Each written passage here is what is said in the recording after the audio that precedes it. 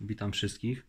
Dzisiejszy odcinek będzie taki trochę nietypowy, a to za Waszą sprawą, ponieważ już kilka osób prosiło mnie, żebym zrobił materiał, taki krótki materiał na temat sprzęgów, jakie używam do swojego taboru.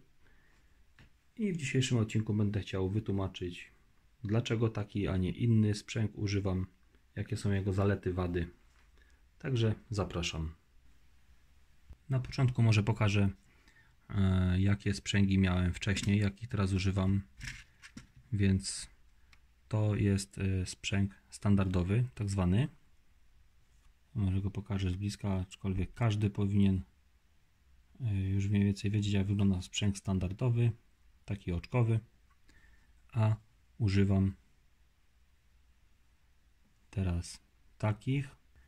Pokażę może, jakby ktoś chciał zakupić. Można bez problemu jeszcze dostać w sklepach modelarskich czy na internecie. Bez problemu można dostać te zaczepy. One są tam w granicach 4,50 do 4,80 za sztukę się wahają. No i co? No i tutaj mam sprzęgi standardowe, tak zwane oczkowe, które wymieniłem z taboru, który posiadam, na takie, bo zakupiłem sobie troszeczkę na zapas, jak wspominałem przy jednym z unboxingów. Dobrze, to teraz może kilka różnic. Jak sama nazwa mówi, sprzęgi oczkowe zaczepiają się o takie oczka i tak trzymają. Jeden zachodzi na drugi, o, i się trzymają. I właśnie to jest nieraz jedna z wad, że nie chcą się te oczka ze sobą czasami szczepić z różnych powodów. A to nierówności na torach, a to inne mocowanie minimalnie sprzęgu i już jest kłopot. O, teraz złapały. Z kolei mają zupełnie inne sprzęganie. Otóż wygląda to tak. Do góry nogami mam jeden. O, tak. Klik. I już. I się ich tak łatwo nie rozłączy. Żeby je rozłączyć, pokażę tak, trzeba jeden z drugiego wysunąć od góry. Czyli złączamy. O. I żeby wyczepić do góry. Tak, trzeba podnieść. Jak będę miał zaczepione na wagonie, to będzie to dużo lepiej widać, bo w rękach ciężko mi tutaj tak pokazać. To jest jedna z różnic. Oczywiście to są minimalnie krótsze i to powoduje, że wagoniki są bardzo do siebie zbliżone. Ja tutaj przygotowałem wagony, wymieniłem sobie te sprzęgi na potrzeby prezentacji. Na wagonach osobowych to pokażę. Pokażę może najpierw sprzęgi standardowe, jak wyglądają. Zobaczcie. Ja wezmę już tutaj kamerę stąd. Zobaczcie, co się dzieje. Troszeczkę jeszcze podniosę. O. Widzicie? Są szczepione, prawda? Nie ma żadnej filozofii, powiedzmy. Są szczepione. Jak ciągnie się długi skład i są ciężkie składy, to aż taka przerwa się robi na tych sprzęgach. Teraz odwrócę wagon i zobaczycie, co się będzie działo. Kolejną wadą jest rozsprzęganie na makiecie tych sprzęgów oczkowych. Ciężko się to robi, trzeba tak przekręcać te wagony, żeby się tak te oczka rozszczepiły. I zbliżamy dwa wagoniki. Cyk i już. I zobaczcie, jak są wagony blisko siebie. One są szczepione. Zobaczcie, ja troszeczkę spróbuję je rozszerzyć, ale nie wiem, ile to będzie widać.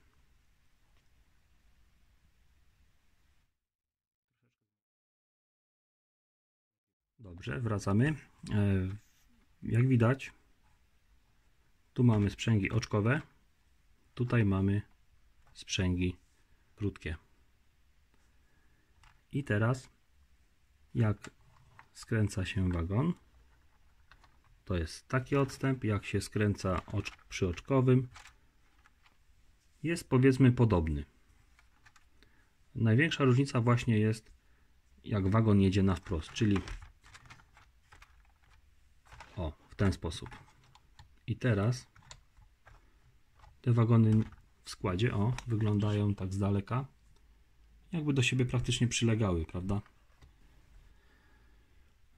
Co jeszcze mogę powiedzieć? Dlaczego się zdecydowałem na wymianę sprzęgów? No dlatego, że mi się najzwyczajniej w świecie rozszczepiały wagony. To była pierwsza przyczyna.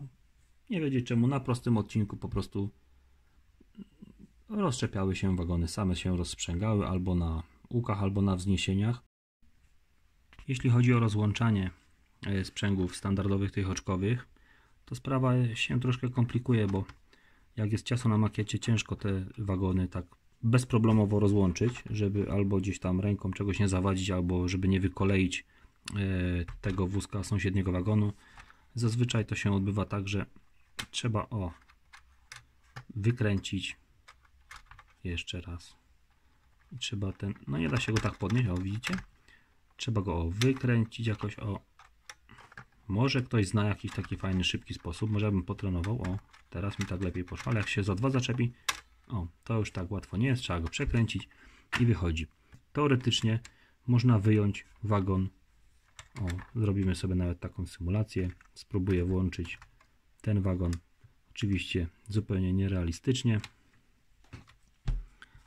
zobaczcie, i wyciągam, są złączone? Są, wyciągam wagon, zobaczcie. Bez problemu wyjąłem wagon. I to jest właśnie bardzo duża zaleta. Łatwość w rozsprzęganiu wagonów wtedy, kiedy się chce je rozsprzęgnąć, a trudność wtedy, kiedy się nie chce.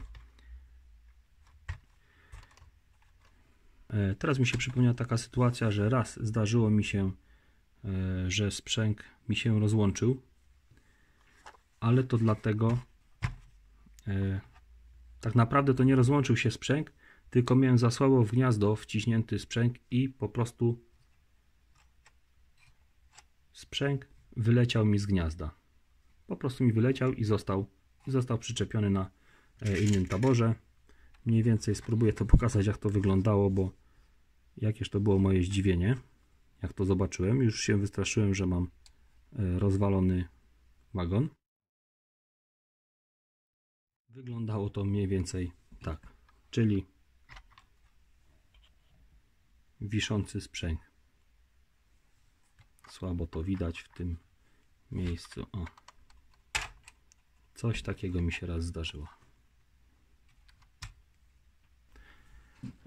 Jakie są problemy ze sprzęgami, bo też doszły mnie słuchy, że niektórzy mają problem ze sprzęgami krótkimi, a to za sprawą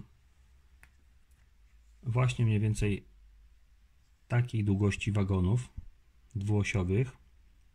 O co chodzi? Chodzi o to, że te wagoniki bardzo ciasno ze sobą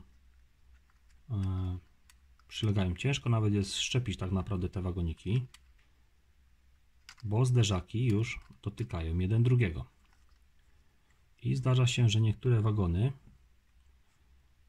tak jest, czyli jak postawię, to praktycznie się stykają. I teraz jak jest zakręt, to zdarza się, że zobaczcie, teraz się już udało skręcić, ale wcześniej, zanim dojdzie do pełnego skrętu, zderzaki się stykają i zdarza się tak, że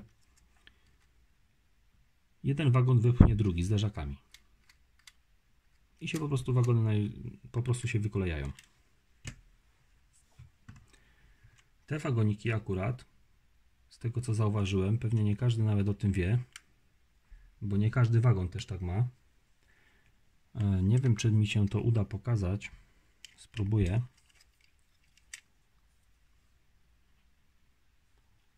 Ciężko będzie mi złapać ostrość. Zobaczcie.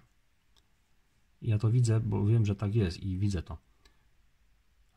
Ten zderzak jest zupełnie płaski, a ten jest delikatnie wypukły. On jest tak lekko na okrągło zrobiony. Mam nadzieję, że to widać. I teraz o co chodzi? To są wagoniki rokowskie, więc wykonanie jest właśnie fajne. I teraz o co chodzi? Jak ja szczepię te dwa wagony, ciężko tak kurczę przed kamerą się to szczepia, może mi się uda. To zobaczcie, o. Tutaj w miejscu styków buforów mamy tak, płaski i okrągły. Z drugiej strony płaski i okrągły.